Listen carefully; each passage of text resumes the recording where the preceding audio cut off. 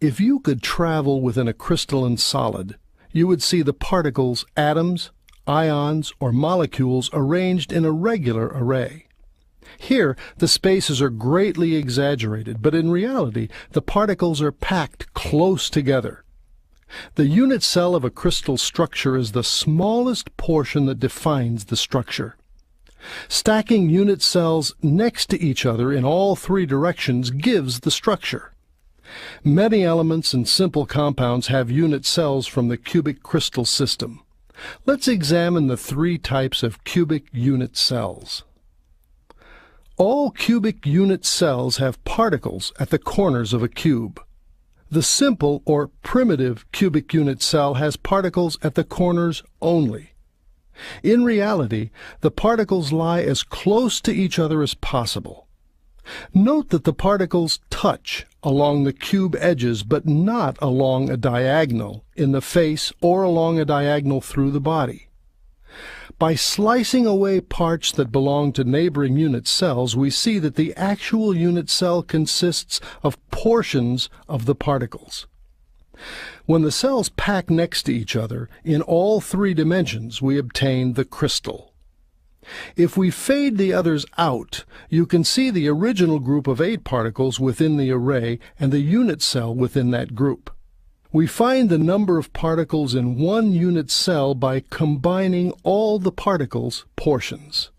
In the simple cubic unit cell, 8 corners, each of which is 1/8 of a particle, combine to give 1 particle. A key feature of a crystal structure is its coordination number, the number of the nearest neighbors surrounding each particle.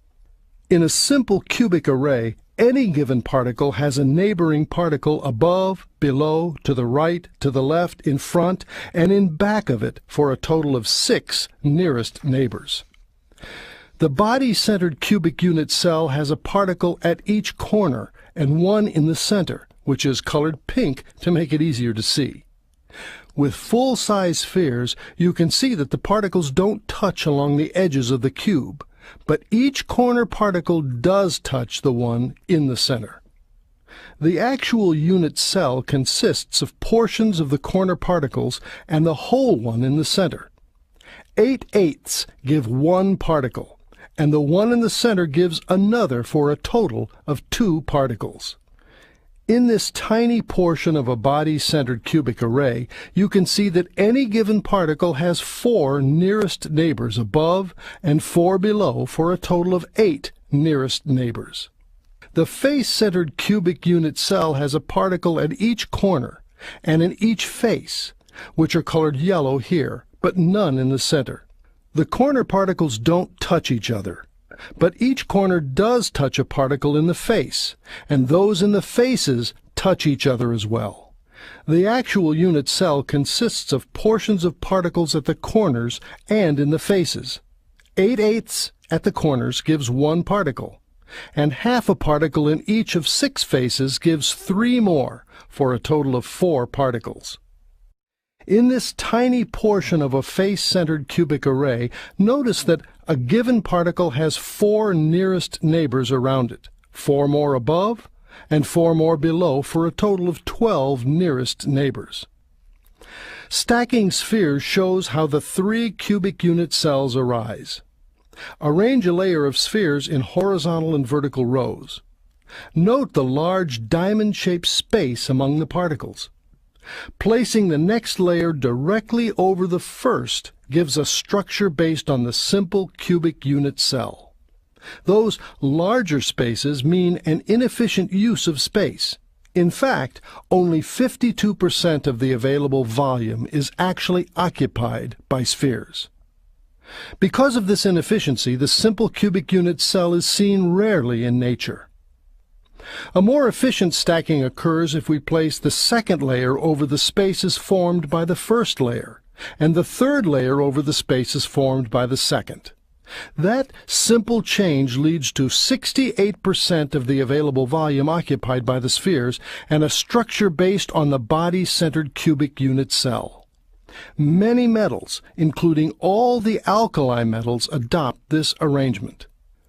For the most efficient stacking, shift every other row in the first layer so the large diamond-shaped spaces become smaller triangular spaces, and place the second layer over them. Then the third layer goes over the holes visible through the first and second layers. In this arrangement, called cubic closest packing, spheres occupy 74% of the volume. Note that it is based on the face-centered cubic unit cell. Many elements, covalent compounds, and, as you'll see in the next two examples, ionic compounds adopt cubic closest packing.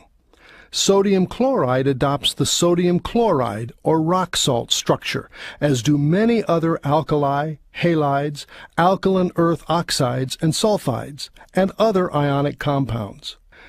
Picture separate face-centered cubic arrays of chloride ions and sodium ions as they approach and interpenetrate each other.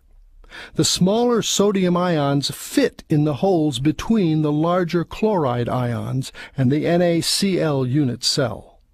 Zinc sulfide adopts the zinc blend structure, as do the copper-1 halides and several other compounds.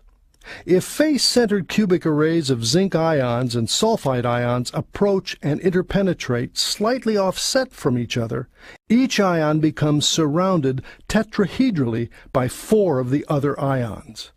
Note the blinking zinc ion and the 4 sulfides. You can see the relative positions in this slightly expanded view of the zinc blend unit cell.